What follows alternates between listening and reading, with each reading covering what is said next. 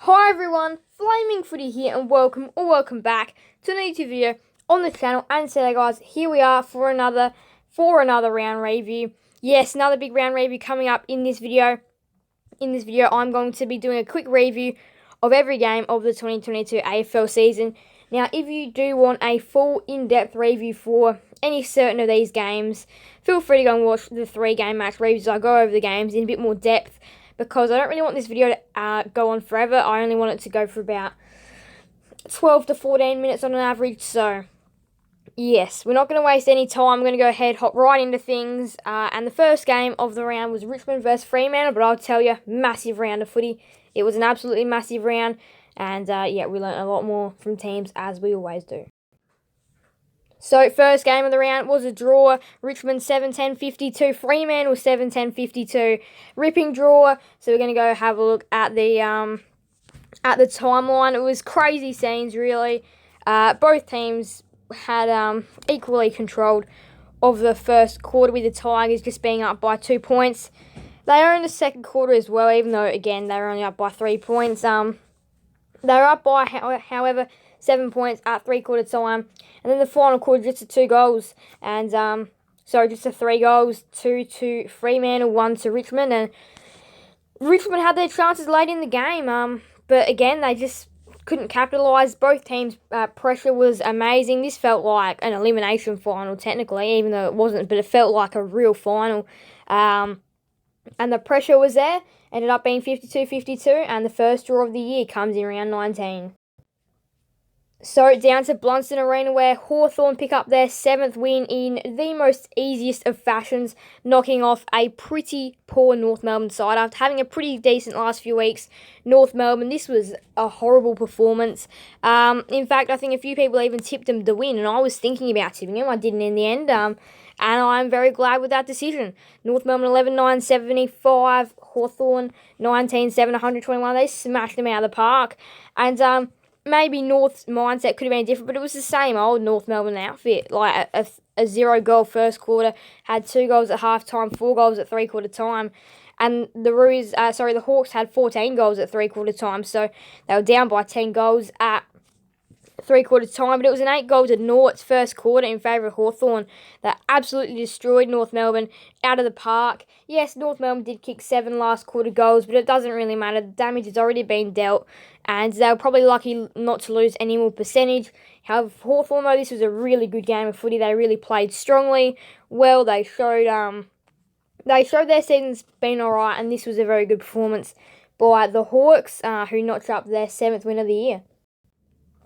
Now to the SCG we go, where the Swans dominated the Adelaide Crows 17-16, 118, Adelaide 12-13, 85. Again, just like the other Hawthorn-North Melbourne game, built off the back of a very strong first quarter, where the Crows were still in it later, but you knew they weren't going to come back regardless, because, well, of this such a strong first quarter. And yeah, the Swans kicked 9 goals to 2. You knew it was over. The Crows had the better second quarter and third quarter. And then the Swans just did a bit more damage in the final quarter. But again, it wasn't a strong performance by Adelaide. It was a pretty poor one. They did play for 3 quarters, but yeah, sometimes it can just be that real 1 quarter where you're not playing, where you're just sleepy, and that's where you can lose the game. And the Swans, though, brilliant stuff. They're hunting a top 4 spot in season 2022 with a pretty good win over the Adelaide Crows at their home ground.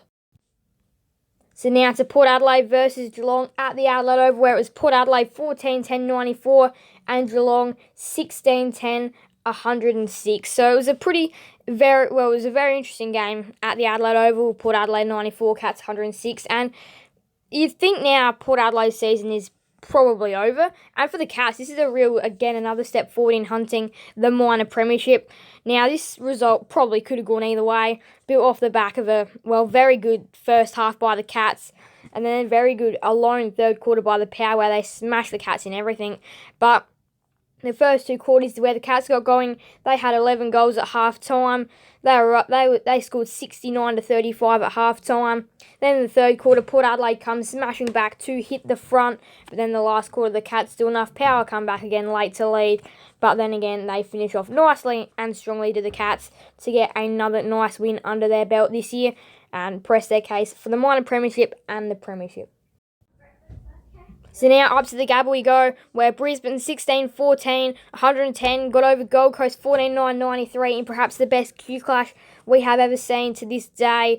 But it was the Lions by 17, still in a kind of convincing manner after they blew it out late. Gold Coast, they were in this game for the first 3 quarters, but in the last, you just had senses that, Brisbane will take this game out.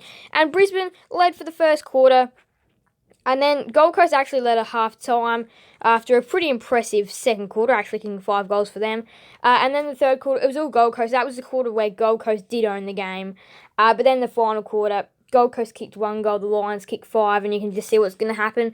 Brisbane is such a dominant side. They do play Richmond in the MCG, though, next week. So that is a massive problem for Gold Coast. Again, just same with Port Adelaide. Could be their season over, and perhaps potentially will be Gold Coast season over.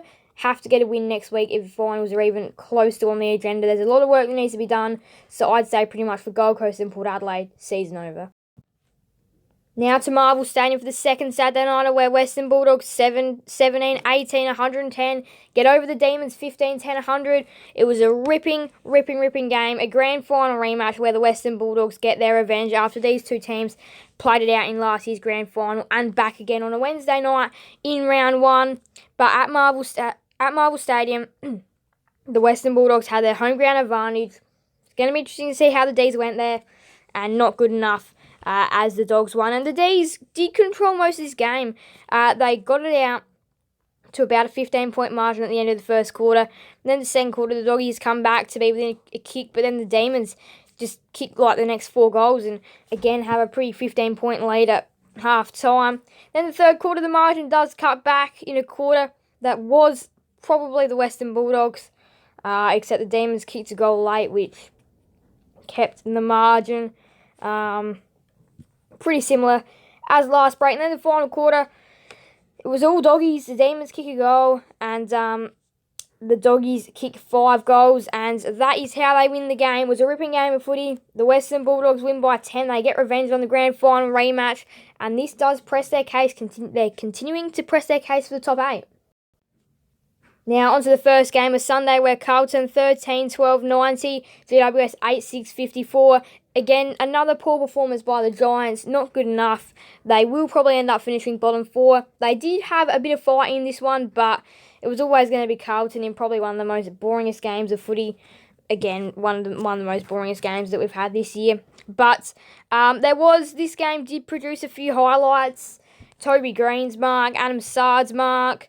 Adam Sard had a pretty good game. So, yeah, there was some highlights in this one for sure. But, yeah, it was a pretty close first half. Then in the third quarter, the Blues do get going. They kick 4 goals to 2. And, yeah, you do know that, again, it goes out to about 15, 20 points there. And then in the last quarter, they just deal even more damage to pile on the pain to a pretty poor Giants outfit, which is struggling. It looks like they're going to have a massive exodus at the end of the year. So I don't know what direction this club is going in, to be completely honest, for now. So it's going to be interesting to see, because they're going to be wanting to get something back if they do have this big exodus that could be going around. So, yeah, they're kind of on a bit of a rebuild is what I'm thinking. Alright, now to the Sunday afternoon Channel 7 game, where Collingwood 12-8, 80 get over the Bombers 11-10, 76 in another ripper. Collingwood have won all these rippers. They've done a fantastic job. They've held on in all the thrillers that they've been playing in. Their record is 8-1 for games decided in, is it like under 2 kicks or under 1 kick of the footy? I don't know what it is, but yeah, this was another one. Another ripping finish. And Collingwood, that's why their percentage is so low. They've got a good win streak, but not good enough percentage. But they are winning these close games and is providing some thrill. But yeah, Collingwood by 4 in this one, and they led by 37 points at quarter time and choked it almost. Had a poor second and third quarter, which just allowed the Bombers to just swarm right back ahead. They had 0 goals on at quarter time, but then they had 10 at 3/4 time, so they did a pretty good job with that. And then the last quarter, it looks like the Bombers are going to hold on.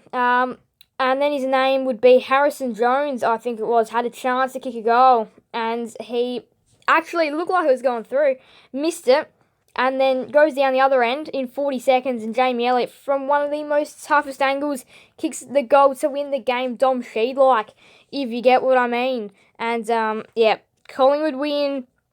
They win another absolute ripper after the siren. They win another ripping game of footy this year.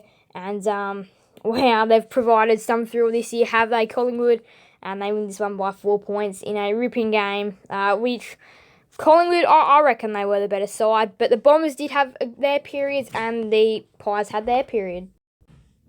Or periods, sorry, should I say. Because they had the first and fourth quarter, and the Bombers had the second and third quarter. All right, now to the final game of the round, where West Coast 10-2, I know, 10-2, very accurate stuff, lose to the Saints 4-10, 6-90. So it was a pretty comfortable win for the Saints in the end, but it wasn't like that the whole way through. It was another fight by West Coast, but another performance that was not good enough. Another last quarter horror show which let them down. Look, if they had have played all right in the last quarter, they could have beaten this St Kilda side and done it by probably 18 points. But no, they just absolutely turned off and kicked one goal in the final quarter, which just, won't cut it. So, at three-quarter time, the game was still alive. It was probably about 10 points. 9-2 for the Eagles would be about 54 to 65. So the game was still alive. They were down by 11 points. But anyway, they led at quarter time, the Eagles, and then the Saints had the better at half time. The Eagles had the better third quarter. The Saints only kicked one goal. They kicked 2 goals in a pretty scrappy. They were down by 11 points and really should have played a lot better than what they did in the last quarter. And then in the end, the Saints just kicked goals to absolutely pile on the pain and win. But yeah, this game probably shouldn't have gone this way if West Coast had had a better last quarter. And they could have come a lot closer because the margin shouldn't have been 28 points. It probably should have been 18. But again, look, the Saints were just the better of the sides. This was a strong performance as to why they want to make finals. So this was a big performance and a big win in the end, which blew out late.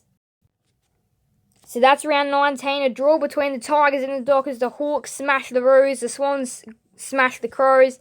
The Cats got over the Power, the Lions over the Suns, the Doggies over the Demons, the Blues smashed the Giants, the Pies over the Bombers, and the Saints comfortably over the Eagles. So that's what we had in round 19. Round 20 coming up. Yes, only 4 more rounds to go of the 2022 AFL season. Full round preview on that will be out soon. But Fremantle versus Melbourne is the first game, round 20. Round 20, the second game is Collingwood versus Port Adelaide, and then Sydney versus GWS in the Sydney Derby. Could be closer than what we all think. St Kilda and Hawthorn at Marvel Stadium for the Saturday twilight game. Geelong versus Western Bulldogs is the first Saturday night game. Adelaide Carlton is the second one. Gold Coast West Coast first game on a Sunday. Richmond Brisbane, that is a massive game. Brisbane have a chance to break their MCG hoodoo against a team that has been pretty good there so far this year. So, going to be an interesting game, this one. And then Essendon versus North Melbourne. So that is how we are going with what is to come round 20. As I said, full round preview will be out very soon. I'm not going to be doing my round preview in this video because it's just too much. But the Cats are on top of the table with 56 points. Then the Demons, Lions and Pies 52. So Collingwood, if the Demons and the Lions both lose this round, they have the potentiality of jumping up into second spot, which is absolutely crazy. So yeah, Collingwood, they could be attacking a home qualifying final, which would be absolutely massive. And if they were to get it against a team like Brisbane, wow, that could be massive. But yeah, still 4 rounds to go. The ladder can still be shaped anyway. I feel like we still have our top 7 set in stone. Again, this will be shaped. It's not going to be like this, but I reckon we've got our top 7 here. I reckon it'll be Geelong, Melbourne, Brisbane, Collingwood, Fremantle, Sydney, Carlton. I reckon they'll be top 7. And then I reckon the Doggies will sneak into top 8 after that performance against Melbourne. The Saints also sit on 40 points in 9th. In 10th is Richmond with that draw. That could have been their ticket in. And if they had beaten the Dockers, they could be in the top 8 right now. And again, really change the aspect of how people will see them going into the rest of the year. You'd be thinking the Suns and Gold Coast season's over, but they've still got to win because they've got to protect their spot from Hawthorn. Hawthorn can still jump into 11th spot if they can overtake them on points, which they can definitely do. So Hawthorn can really get right up into this conversation, not of the top 8, but they can finish 11th. So can Essendon. So there's still a lot to be up for grabs. Protect your ladder positions. Yeah, that's what I'm going to say. You don't really want to be, as a Port Adelaide or Gold Coast, a finals contender losing a ladder position to Hawthorn or Essendon. Wouldn't really want to be doing that. So keep winning. There's still plenty of points up for grabs, and if Port Adelaide and Gold Coast can all their games and all results go their way, there's still a potentiality they make finals. Bottom 4, Giants, Adelaide, West Coast, North. But yeah, I think we've got our top 8 here right in front of us, with it to be shaped around. Of course, not going to be this way, but there's some massive run homes coming up for teams that want to make the top 8, and it all starts here. Round 20. Round preview out tomorrow. Thank you guys all so much for watching. Make sure to leave a like and subscribe. Hit that notification bell. So you guys never miss another video on the channel. Thank you guys all so much for watching. Bye everyone. Flaming Footy out.